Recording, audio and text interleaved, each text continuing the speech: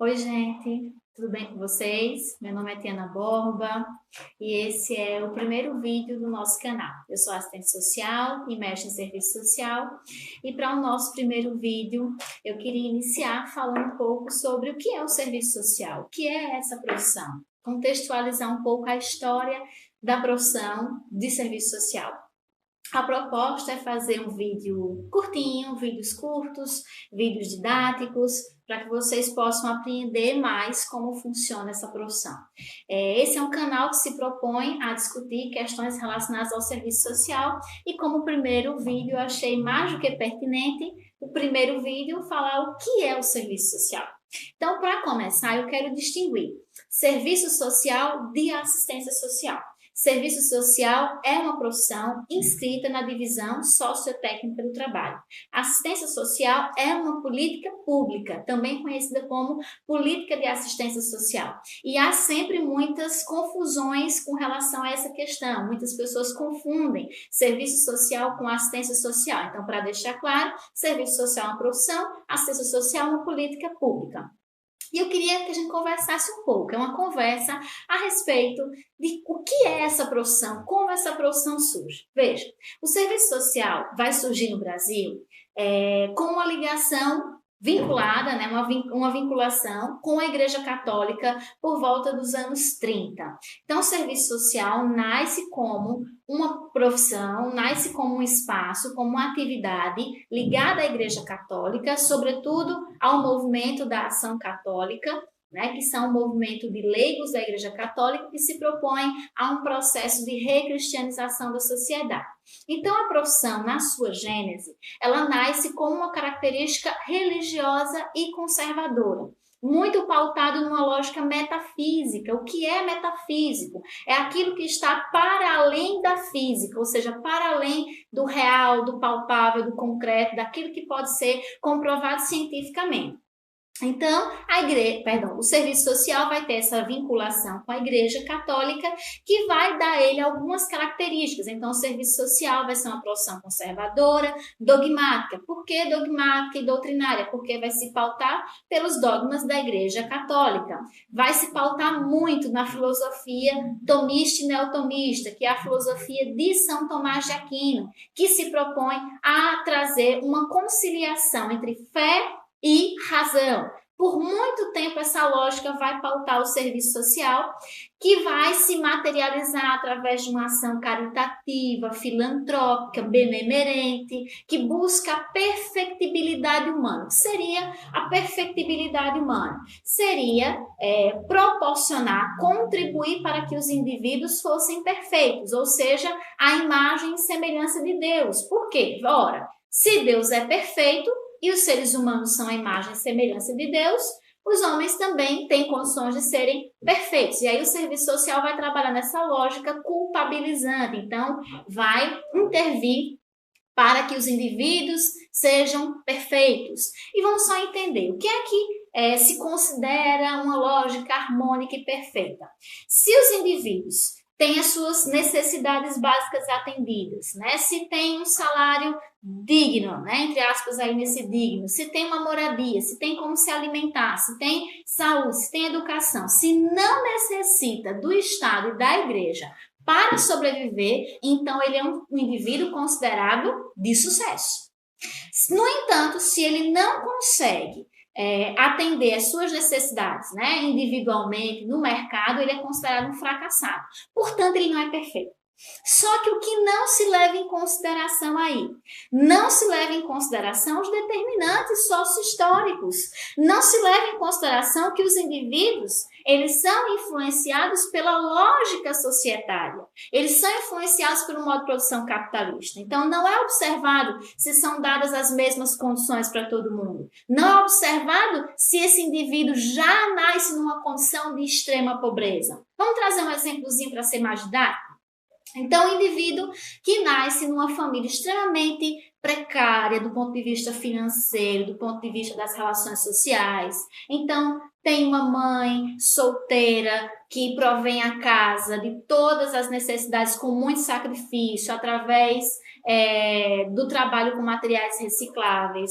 Então, não tem o apoio de outros indivíduos na família, não tem acesso a uma moradia digna, não tem acesso a uma saúde de qualidade, não tem acesso a uma educação de qualidade, sofre situações de violação de direito. Esse indivíduo vai ter as mesmas possibilidades de ascender socialmente comparado ao indivíduo que tem uma família, aspas aí, né, estruturada, com as necessidades básicas atendidas, com alimentação, com moradia digna, com saúde, com educação, né, com todo um aparato familiar que dá condições.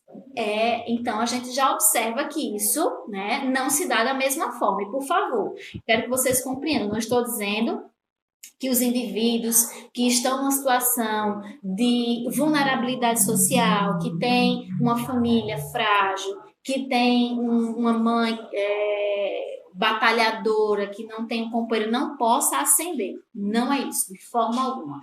Claro que há possibilidade, mas é muito mais difícil. Né? Essas pessoas são a exceção, elas não são a regra.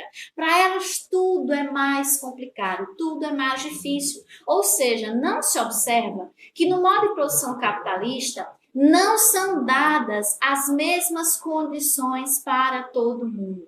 Não são dadas as mesmas oportunidades para todo mundo. Então, se não são dadas as mesmas condições e as mesmas oportunidades para todo mundo, como é que eu quero ter os mesmos resultados? Entende? Então, por esta razão, nem todos os indivíduos vão se enquadrar na categoria de sucesso, na categoria de que estão dentro da, aspas, normalidade. E naquele determinado momento histórico, os assistentes sociais não compreendiam isso, porque não tinham uma teoria que lhe desse luz a respeito desta compreensão. O que eles tinham era uma filosofia pautada na lógica dogmática e doutrinária da Igreja Católica, que não dava a possibilidade deles compreenderem e eles avançarem na compreensão do real. Por favor, quero que se entenda também, aqui não é uma crítica à igreja de forma nenhuma, é uma análise da história da profissão. E naquele dado momento, esta vinculação à igreja católica não dava essa possibilidade de análise, certo? Então, por favor, não se sintam ofendidos, tá bem? Então, vamos avançar um pouco nessa compreensão. Então, o serviço social lá nos anos 30 vai ter essa vinculação com a Igreja Católica, numa lógica muito doutrinária. E o que é que isso vai, o que é que o percorrer do processo histórico vai trazer para a profissão? Num determinado momento histórico, com o avançar, né, do processo do desenvolvimento da sociedade, o Estado vai observar no serviço social uma profissão que poderia ser interessante para a atuação profissional no escopo do Estado. Por quê? O serviço social é uma profissão que vai lidar diretamente com as expressões da questão social. Né? E aí, obviamente, em outro vídeo, eu vou explicar para vocês o que é questão social, o que são as expressões. Né? Existe toda uma literatura que discute isso, eu não quero simplificar a discussão.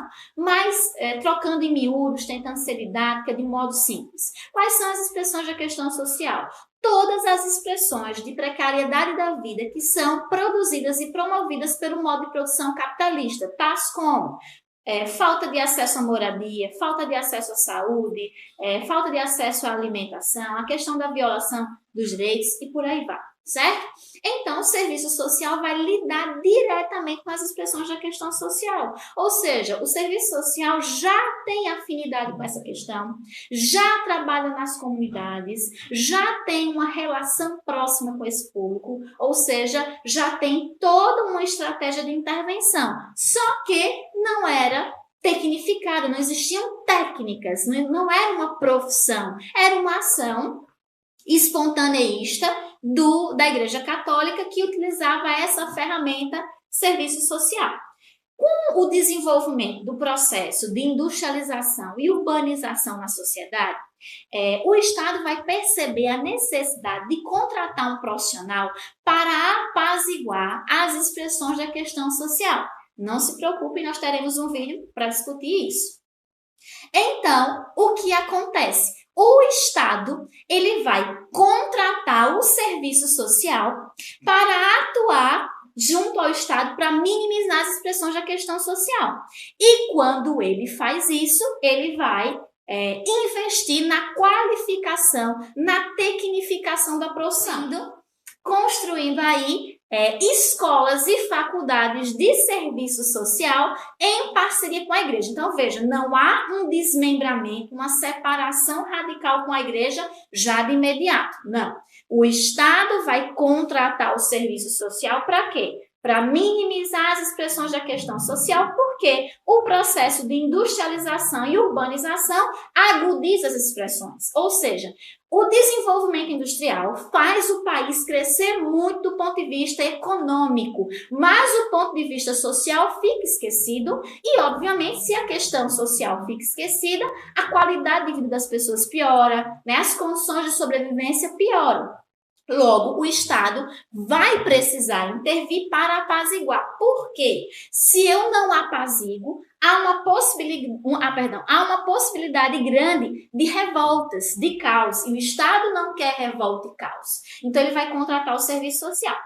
É quando o Estado contrata o serviço social que o serviço social se institucionaliza. Né? Ele se torna uma profissão, porque agora ele vai ser regulamentado, vai ter um salário para intervir. E essa atuação vai se dar ainda em parceria com a igreja. O Estado vai criar as primeiras faculdades, as primeiras escolas de serviço social para dar técnicas de intervenção ao serviço social, porque nós não tínhamos. E aí, o Estado vai investir muito nas técnicas de intervenção norte-americanas. Então, vai haver uma mescla da influência europeia pautada na lógica da igreja. Veja, a lógica religiosa da igreja é uma lógica europeia. E aí vai haver uma mistura com a influência norte-americana que, através da intervenção do Estado, através da criação das primeiras escolas de serviço social, isto vai ocorrer. Essa mistura vai trazer ao serviço social as primeiras técnicas de intervenção.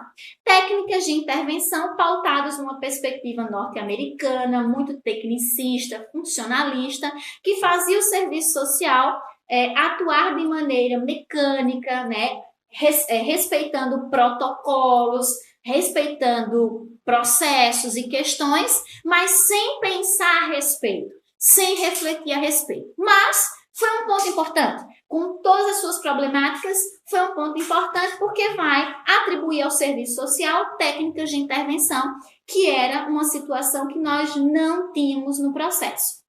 O serviço social vai por muito tempo beber dessas técnicas de intervenção e as grandes técnicas de intervenção famosas no serviço social nesse momento, que ficaram na história, é o serviço social de caso, grupo e comunidade, que nós também teremos um vídeo depois para tratar disso especificamente, tudo bem?